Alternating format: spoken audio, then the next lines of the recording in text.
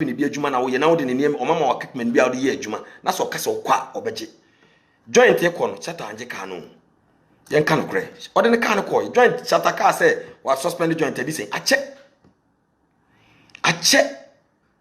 kura so wa wo hwa wa nyere wa anje ka na da so wo joint wa wo use as a personal car if you say osan pamo at the self ne Natalie yechi joint a live video aye interviews bebre a chata anye ka no enti busa ho se den no ko hit fm ko chata age ka no eno ne niam bia na mi bebie moni na mo hu ebia na wunim ne ekoso wo akire no ase won se militant na wo akire etia ye ben no ye ne nim ne ekoso ye beka na wo bi akire wo ye beka anye se ye beka support me se chata ya ade nya me ka che chata sa ade o yenye na me ka se ebia wo ba wiase na wonye obi papa da won se da mo obi ho kada se wa ye obi papa na nipa ne ye woniam bia won anya abotra wutumi won yo abedi awu asembe na meka wuta joint na ka nanum tom say o last time mo ko UK ama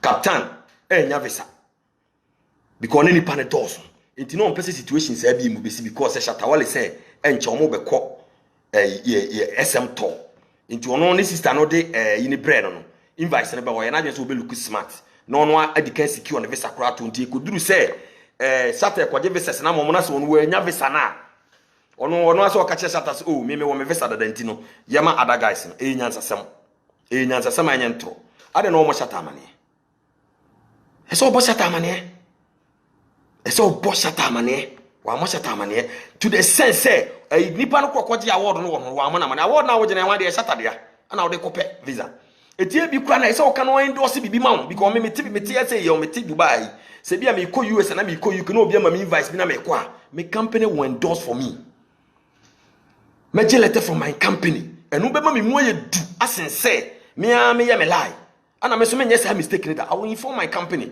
so my company be hu say ampa me dey say me call interview obi oti Dubai bi ni masema me kan ye bi obu a onim hye na wo kasa na odidi atam ye didi atam we talking sense wa nyesa na mani nyina bi o ana okoye eti nyame na ya atom kra se obi hu na obu to kamane e yo nwa because wo team na se bia okoji ai visa ada wudwane ana Ghana ye wade bi se bia visa kra se bi obi kra oje obi tukwan kra omo nkofo ama na onim se nkofo no bi o mbekunu so mbenden eti team na wo that means na wo second thought bi ma omo wo se no akra kan wo hit fm se wono kra ho no feel comfortable eno kan ni metie program ni nyina what I say eno kan eti se basa eye etwe yie Sabufu ni na be wo because woni e de sade na obi e wayi wuyam ahoni ni live kama udwa no kwa so onko ka otom raso yusu na se nipa no tatam ko wunya ndwa no so onko nipa no woni na bibia na se nipa no efo wachi so okoje bisa without telling you enye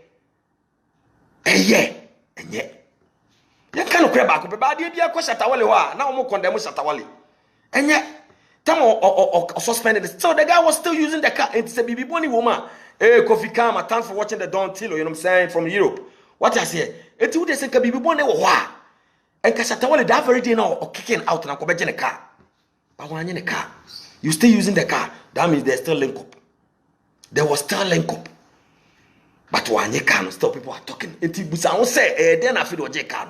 It's only a bit ya won in here, you be a coming any panic edo be all documents be quick or Jevis without informing you are. When you bet can cray. Se hu a woni begia fine se hu na se woni begia fine se hu na se woni begia fine yanka no kra ba akopɛ yesi etua yonko ase etuadia ɛno nkoda baabi SM fan bia nim sɛ ai hit FM omo ye anti SM hit FM anti SMT Shatawale kra na ɔyɛ boss when was the last time okotana was o interview no no kra comment gina so sɛ omo fresh Shatawale kra interview o menti no omo so promote no because omo na organize shows on because Shatawale na hu say mo ni papa bia na hu bad news na mo penti onko wo join 77 wo nyina wonim say sa na ekọ join 77 wonim say sa na ekọ enti wo kwa na nya dia wonim na join 77 Shatawale suspending edisen eso wo so bibi say na wo kọ ho no ese hu kasa because omo mo be news Shatawale nsem papa ba nyina o maka ho asem hwe say don ase wan oto yi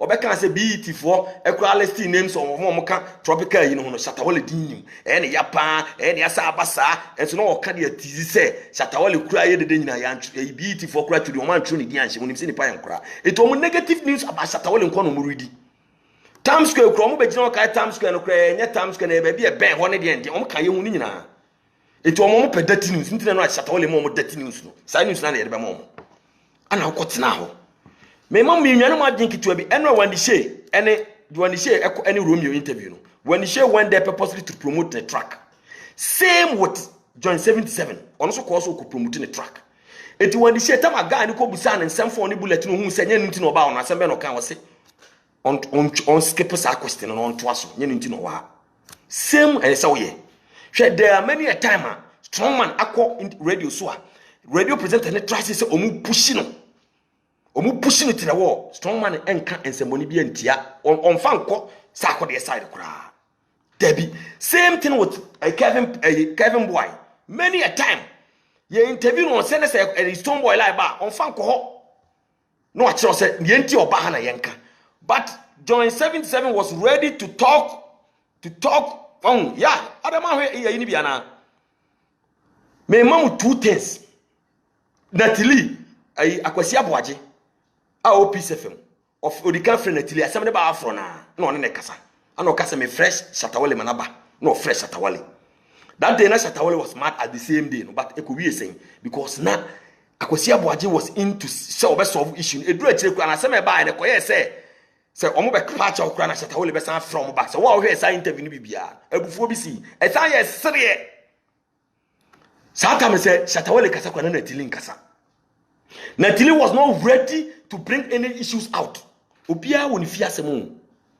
Stone Boy and Kevin Boy almost issues are here or between omo obia nya ready so about Strongman e issues are here omo obia nya na dey so about the enra Shatawale point bi o ko make say obogefo no top obogefo mu no magana fo adwan say omo ko deep there is no boss omo ni omo di chance here back ana na John 77 kwa ko 5 point ba say say man no kwa do omo ye onamfofo enti liar e ma Shatawale fa na bia na wo fa eno ne nkire say o ka bibi o mo mahu how etie because obi obey boss say me duru level bi obey man no so but Ghana for so man no but o decide na be shame for people to know what was entails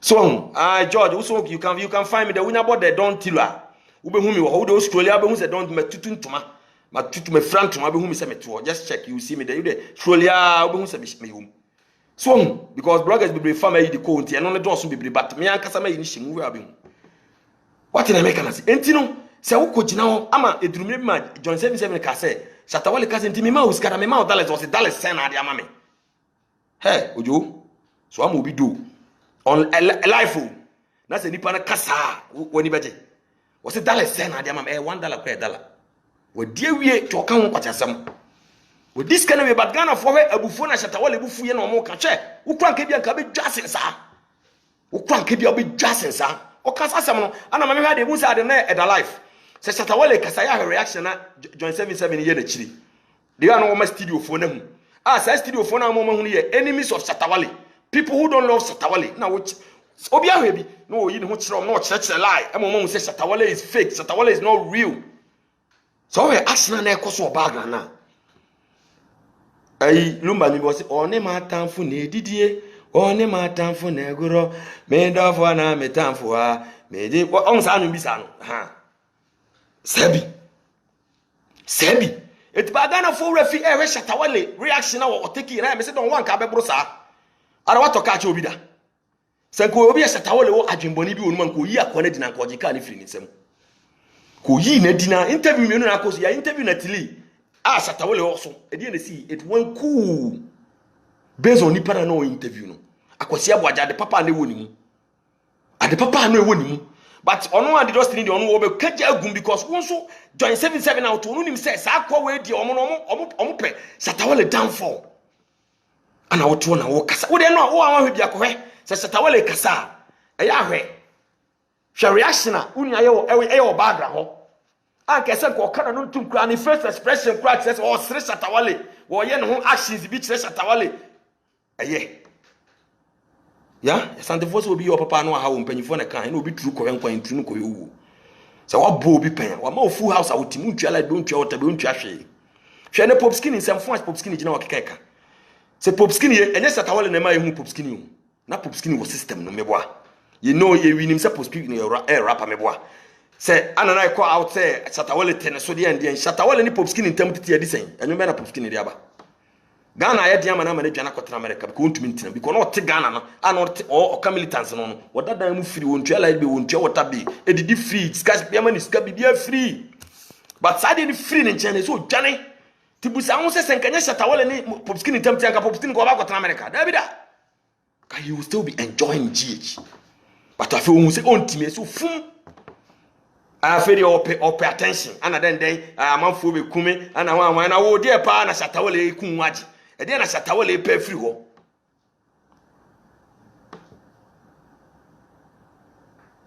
ankasa wate Kofi Mame kan kire omo e dey pa no be gian you want attention pop skin free Shatawale na se disen enyo be no dey aba Kevin boy free stone boy ase hwe obo he transcorable sa ho ye hwe na se oni eno de omo de aba mad hwe no oni strong man mad it means that the thing is in the guy is working hard towards the career no strong man hwe eko akwabo hwe eko but pop skin ko ye disen pop skin ko na was system num the dance na obeba so enti don mo me real let's be real me enye se Shatawale kura asemi bai o mo kura se Shatawale ne free police for man ne kwaje kan which is not true and just na num tom so o mo na free because mo we dey na Shatawale bu afu na e bia bi betumasi but amanfo ade abegu ba bia se Shatawale ne free police so o mo kwaje kan hwe amanfo akeka nsem bebre di na tama fa fa so ne no ne kwaje kan no enye Shatawale ne kwaje kan no Eso Shatawale na kwaje ka no enti wandi she ne de ono wagimi se okọ ho na yebusa na ino ka se enye ne nti na oba so be promote no wo de hwe se John 77 so onim nyansa de na okọ se promotion e se nke promote no mo de ni na ye kasa I think the main reason that means that wasn't the main reason. It wasn't the main reason so promoting the track. He went there to destroy Shatawale. He went there purposely to destroy Shatawale. Because I reason now they were shown all the show was discussed about Shatawale. Yes, Shatawale is something why you want your opposite promoting on the mount.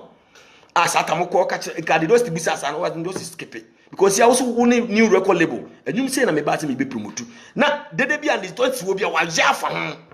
But one again, Ubetina Mamone, when it Shatawale back and forth. And my fat time in what the word into for my or so promoting the track. Now we no case.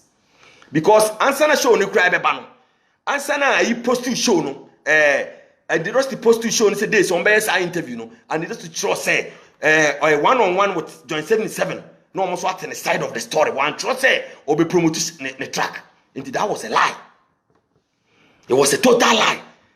I know you say only the only platform obetima destroy Shatawale because questions a baby a question a bit Shatawale. Shatawale pan confirm that me be cast Shatawale or mo friend of but of for a reason. So omo hard news. Ye ma omo ye pese mo news mo enti na ba ya afere omo na call police no. Ni omo pe no na ye de ma omo. Ni omo pe no eno na ye de ma omo. So omo pe bad news about Shatawale we gave it to them. Shatawale baby a obi anyam nhirawo. Ye de ma omo ni omo pe ne de ma omo ye fa ye mo bi furo bia because mo pe fake news about Shatawale. Mo pe bad news about Shatawale. We will give that news to you. Afere mo dwan, afere mo na mo free police. Afere mo ko free police. Na mo nyai. Na nka Shatawale na nkwa nkwaje na kanka mo se jawum. Kamba wo se jawum. So one the rest to one wa fo bia manadwuma wa toka amane da. Wo don na to no so wa fo bia won ne adwuma wa toka amane da. Ka kire ne ntie. Nti obi no obi ya adwuma. Ghana musician say na mo wa amafo camp ya toka amon. Mo kan kire. Ghana musician say ana o mafa boys na o camp o matoka amon. E mo yusu. Ama o fie mo tim. Mo kan kire. Enipa ya ade wo sai. Ene Shatawale nkwa na boys won camp nso. Kwa boys na o mo amafo camp ne say ya toka amon mo a. Kwa boys ne say obo a wuti fie no aba wo. Ba wuti Shatawale fie. Wuti ni fie no ne be fidi wa no pa wi anwumre. Sa tobo ge kura sa ma wo. Ti o wie na sa o sa be kekans Ghana ye wo artist bebre o mafa boys o mo no mo dodo sen na boys ne ti o mo ho. Mo kan kire me. Mo de mo kan kire dodo sen na ya sheda wa toka ama ne say boy we hye na ma toka ama dodo sen. Mo kan it is Shatawale ya sa mo fa mo nyina ye wate. Mo nyina ye. but we are no obi a wo house e fa ne ma e bia wo kwa na nka wo ye obi papa ne ba sanka e bia nka be ku betwitu akunipa but enya wo no nti wutu na wo ka ne opanya band bi na wo type nti na mama mo scenario mienu no wo kwaje visa ne de nche da nya abotire na tie se obi de bi ye wo sai be ye wo de a wonim se FM station we de oya anti na akotena ho eti akwasi aboaje ho na ofre na tili no bibi sa asiye bibi asensi akwasi aboaje de na ofre na tili ofre shatawale no omienu na ada na tili yampam no se na tili zo apam no as that day no mu interview ma ko ye sere ama akwasi aboaje kura kasa ani ebebe fia be siesie na shatawale te yo mate ada na when they turn it to fire ada ntina when they turn it to fire but e buy no reaction na chata wo befu share don e bia wo mbo obi da wo e bia wo tv as no wo mbo obi ada wo mbo nipa bi ada na so wo bo obi a wo se na nipa no level say na ordinary call level say na se nipa ko kasa bibia ubehu nya make na se etimi Shatawale news no de man HTFM was the best news kan kasa ka brosa because almost any news no omope they just want to destroy Shatawale bibi papa bia no e ba Shatawale ho omope sa we nu nko na omope so mbete no nsɛmfo ana ye de ma omo no ye de ma mu dwane wo de achamo kura ala wala wo de achamo eti uba so hye na unu ebinya biwe eti ne join 77 ye no hwe adisef what na no asem adisef se apam bi what na no asem what is wakotena ba bi se so mu nyom ye nyom ka adisef nso betuma ye bebere what da bi da because if you are so hwe ni nipa bia ya mawa wo free nipa no kra no nipa se na be nyom be bi sa mawo hwe don na obrefo na wo obrefo oboafo na eno oboafo na obi betuma type nkwase asem oni mo bi no ma obi eti obi boawa no agyen ho because obi kro obi so your father your swade and yes ka won he's not ready to help you eti obi fra bontena so boawa bu moa no because nanya is so obi be boa na Ghana esikafo bebrebe egu Ghana so ngom ka so mo boa anka onya wo Ghana obi a discussion ho Camry na Shatawale Toma joint na nkwankwa Camry obi fa ne say allo kotobie eti Shatawale wo bad mind bi anka the very day na osake na na kobeje because of ko HTFM ho because so joint winning very well say HTFM for me anti-SM you went and sat there and talk it is a one the shey no call your ba no na adwum do nkota mom ko bi say guy ni push ni say me evidence dey na we say let's skip the reason I'm one say me be promote me track also reason also the quantity just also ko promote track na those born saying about track and saying about tracking how many times that wasn't their reason. Their reason was to destroy Shatawale. Their reason was say umbetuma yi amanfo adwen free album so because the album is selling. That was their mission. Ana ye tu hu ni paba ana ye ne ye to destroy you. It don't compare so ya na bi akura underground komo ela bi o ma ye no boy ne fiba. Na destroy Shatawale because o ma say baby Shatawale ko no ko achi. Don't contractor fund dem ntumi destroy you. O ma free Ghana. Ana sa promotion we no mo ye no. Ghana say na ebem to the world.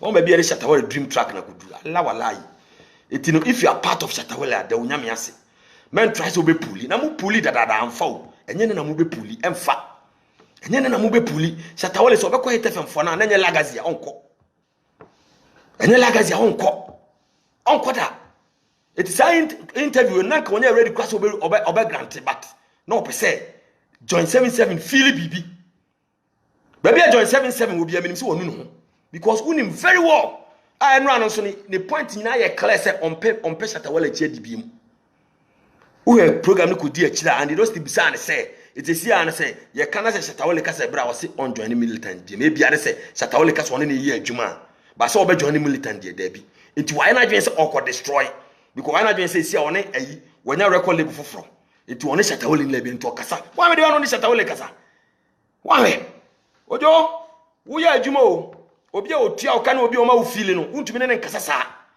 hey Cassius Bailey time for watching the Don Taylor enough respect what I say obi a woni ne ye wo ye boss untumi Shatawale ne boss Shatawale did man pity yes I for real and untumi nya ba bia nka it is okasa kwa wonkasa ewo abruchire ne wa obi o ye boss de okasa be kasa but no he was ready to battle with Shatawale. And you know so you cannot battle with Shatawale.